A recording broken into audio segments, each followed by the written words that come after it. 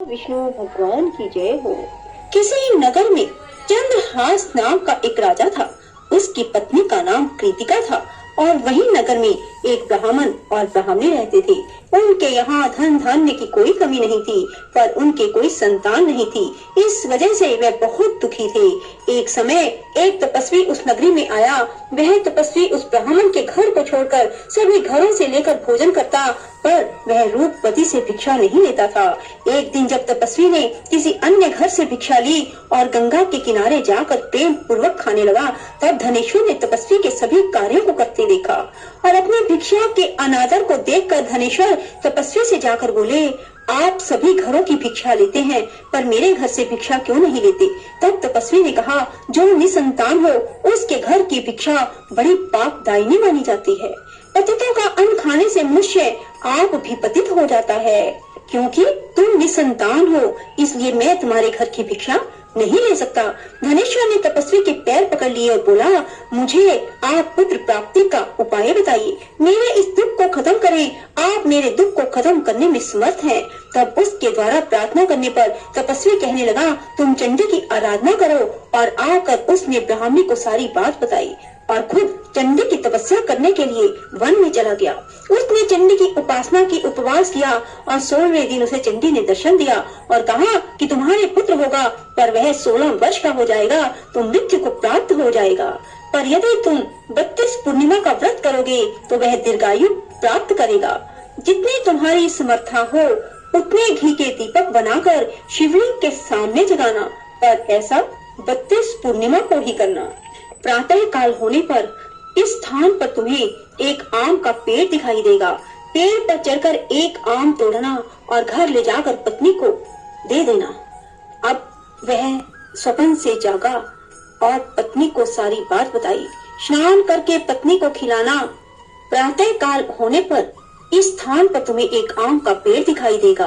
पेड़ पर चढ़कर एक आम तोड़ना और घर ले जाकर पत्नी को सारी बात बताना और स्नान करके पत्नी को खिलाना। उसके संतान होगी। जब वह सवेरे उठा, उसने वहाँ एक आम के पेड़ को देखा और आम लगा देखा, पर वह आम तोड़ न पाया क्योंकि आम बहुत ऊंचे लगा था।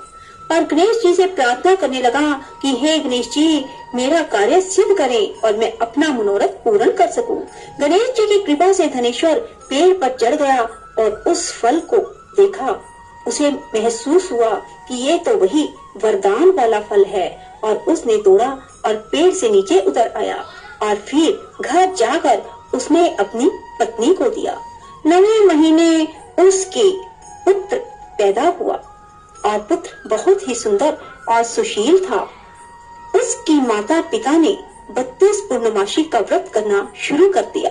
16वां वर्ष लगते ही माता पिता को चिंता होने लगी कि कहीं 16 वर्ष होने पर बेटे की मृत्यु तो नहीं हो जाएगी। इसलिए उन्होंने अपने मन में विचार किया कि ये घटना अगर उनके सामने घटित हुई तो क्या होगा। उन्होंने उस बच्चे के मामा को बुलवाया और कहा कि हमारी इच्छा है कि देवी दास को तुम 1 वर्ष के लिए काशी में ले जाकर विद्या ग्रहण करवाओ। उसे अकेला बिल्कुल नहीं छोड़ना, तुम सदा उसके साथ रहना।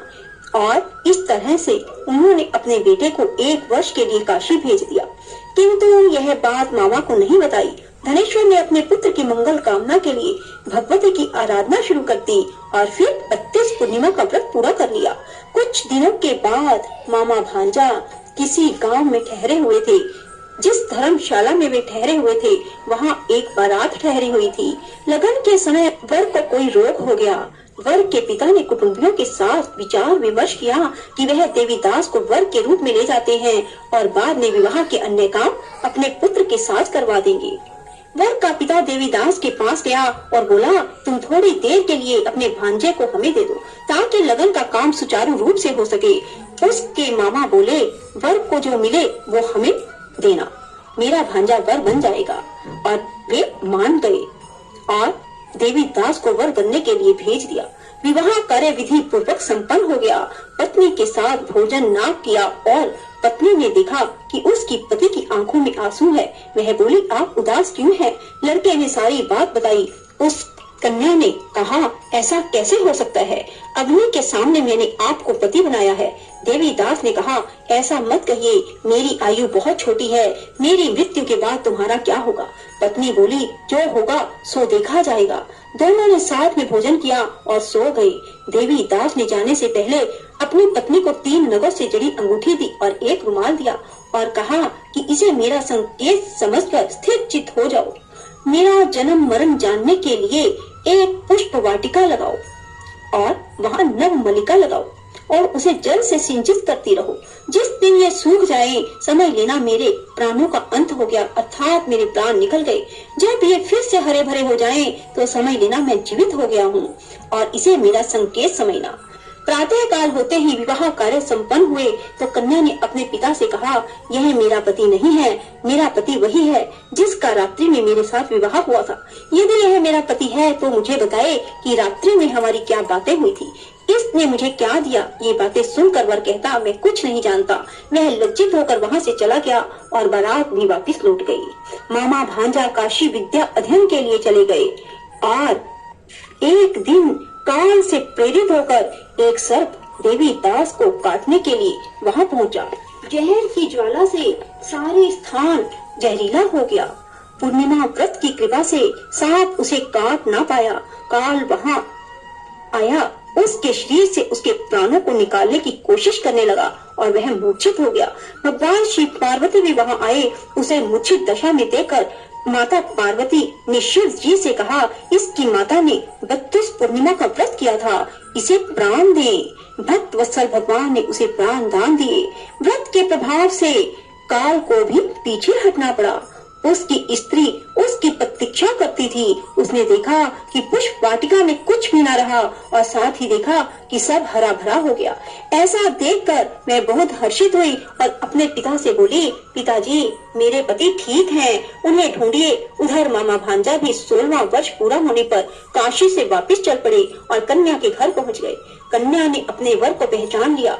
धनेश्वर 32 पूर्णिमाओं के व्रत करने से पुत्रवान हो गया और जो भी स्त्री इस व्रत को करती हैं, वे कभी विधवा नहीं होती, सौभाग्यवती रहती है। यह व्रत पुत्र पुत्रों को देने वाला और सभी मनोकामनाओं को पूर्ण करने वाला है। भगवान शिव की कृपा से 32 व्रत करने वालों की हर इच्छा पूरी हो जाती है। बोलो शिव शंकर भोलेनाथ की जय। राधे राधे, जय श्री कृष्णा। बंधुओं, यदि आपको हमारी वीडियो पसंद आए